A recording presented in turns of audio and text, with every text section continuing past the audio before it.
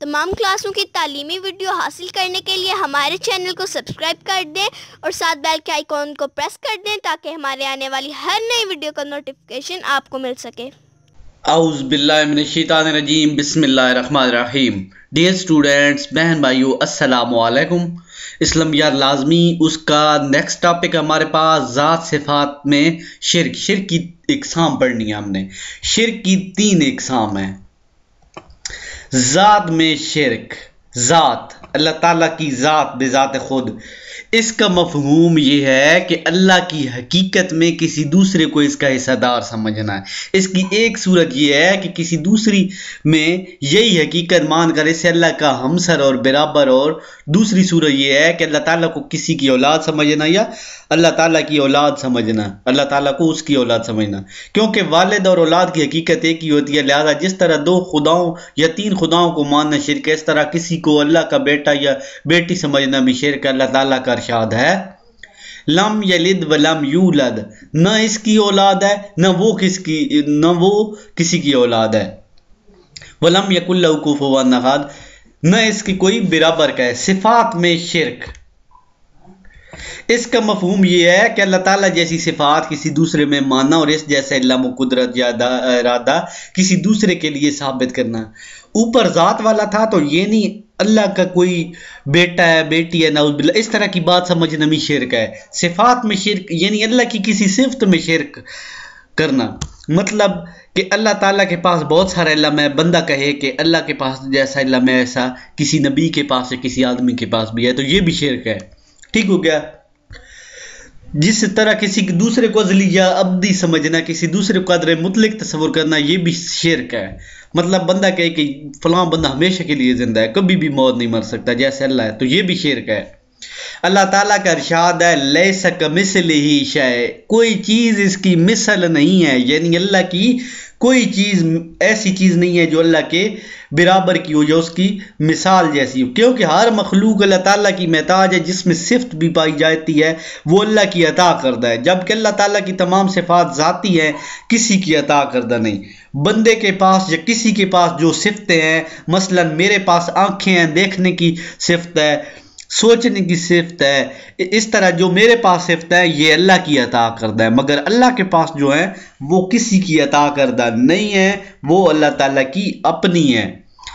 صفات کے تقاضوں میں شرک، اللہ تعالیٰ صفات کا مالک ہے، ان صفات کی عظمت کا تقاضا یہ ہے کہ صرف اسی کی عبادت کی جائے اور اسی کے سامنے پیشانیاں جھکائی جائیں۔ حقیقی اطاعت و محبت کا جو صرف اللہ کو حقدار سمجھا جائے، یہ ایمان رکھا جائے کہ وہی کارساز ہے، اقتدار اعلیٰ صرف اسی کے ہاتھ میں، اس کے قوانین پر عمل کرنا ضروری ہے، اس کے قوانین کے مقابلے میں کسی کا قانون کوئی حیثیت نہیں رکھتا۔ قرآن مجید میں ارشاد ہے اللہ تعبدوا الا ایاہ، یعنی اللہ تعبدوا صرف اسی کی عبادت کرو، ولا ایاہ اسی کی، یعنی تم صرف اللہ کی یا اسی کی عبادت کرو، دونوں ایک ہی بات ہے۔ وَإِلَٰهُكُمْ إِلَٰهٌ وَاحِدٌ، اور تمہارا معبود صرف ایک ہے۔ الہم واحد، یہ جو واحد ہے، واحد کا مطلب ہی ایک ہوتا ہے، لا الہ الا اللہ، لا کا مطلب نہیں ہوتا ہے الہ یعنی بجز اس کے کوئی معبود نہیں ہے، یعنی اللہ کے سوا کوئی معبود نہیں ہے، صرف اسی کی عبادت کرو۔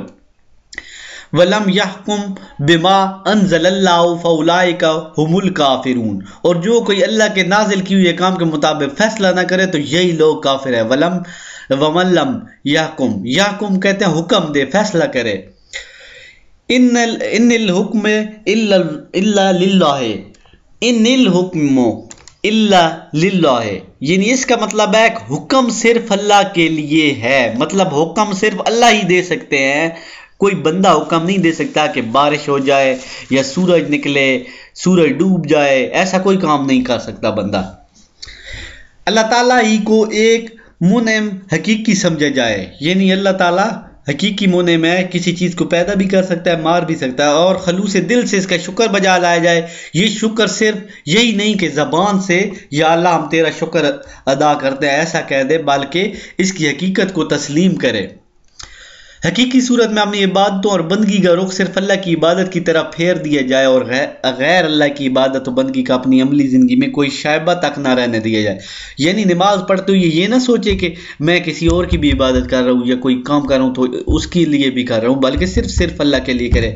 ہمیں اس بات کا خوب خیال رکھنا چاہیے کہ صرف یہی نہیں ہے کہ پتھر یا لکڑی کے بت بنا کر اس کی پوجا کی جائے، یہ تو شرک ہے. ہر چھوٹی بڑی حاجت کو پورا کرنے کے لیے اللہ کے سوا کسی اور سے لو لگایا جائے. ہر مشکل میں اللہ کو قادر مطلق اور مسبب الاسباب سمجھ کر اسی کے فضل و کرم سے اپنی مجبوریوں کا حل تلاش کرنا چاہیے. بے شمار مسلمان ایسے ملتے ہیں جو زبانی طور پر تو اللہ پر ایمان لیتے ہیں، لیکن عملی طور پر اولاد، روزگار اور صحت جیسے مسائل کو انسانوں کے سامنے اسی عاجزی اور اسی امید سے پیش کرتے ہیں جس کا صرف اللہ حقدار ہے. مطلب بہت سے لوگ ہوتے ہیں جو پیروں فقیروں کے پاس جاتے ہیں کہ پیر فقیر اولاد دیں گے، یہ کریں گے وہ کریں گے. ایسا کچھ بھی نہیں ہوتا. سب کچھ کرنے والا اللہ تعالیٰ ہے. قرآن سے مدد لیں، اللہ کی جو نازل کردہ چیزیں ہیں ان پہ بھروسہ رکھیں، لیکن مدد صرف اللہ سے ہی مانگیں. انسان کی اس کمزوری کو اللہ تعالیٰ نے یوں بیان کیا ہے، وَاتَّخَذُوا مِن دُونِ اللَّهِ إِلَٰهًا لَعَلَّهُمْ يُنصَرُونَ، اور پکڑتے ہیں اللہ کے سوا اور حاکم کی شاید ان کی مدد کریں. لا يستطيعون نصرهم وهم لهم جند محضرون.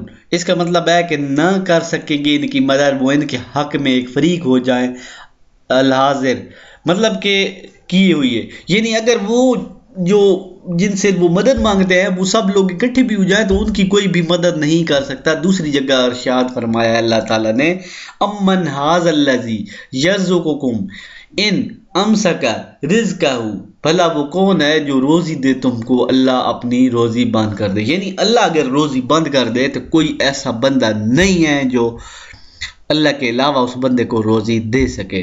تو یہاں تک آپ کے لیے لیکچر ختم. نیکسٹ ویڈیو میں اگلا لیکچر کریں گے.